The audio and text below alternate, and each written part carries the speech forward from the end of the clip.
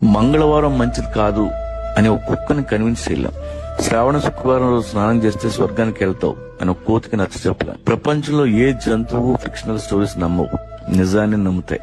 కానీ ఈ బూడిది రాస్తే దెయ్యం రాదు అంటే మనం నమ్ముతాం. ఈ రాయి లోపల పెట్టుకో ప్రపంచాన్ని ఏళ్తామంటే మనం నమ్ముతాం. మనిషి మైగ్రేట్ అయిన నాడు బానే ఉన్నాడు. 7,000 సంవత్సరాల క్రితం వ్యవసాయం కనిపెట్టాడు. ఆ తర్వాత వేట మానేశాడు. ఇంటి చుట్టూ పంట, చేతిలో కంచం, పని తగ్గింది. అక్కడి నుంచి అన్ని దరిద్రాలు చుట్టుకున్నాయి. తర్వాత దేవుడు పుట్టాడు, మతం పుట్టింది, బిలీఫ్ సిస్టమ్స్ తయారయ్యాయి.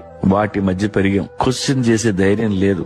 నలుగురితో నారాయణ, గుంపుతో గోవింద.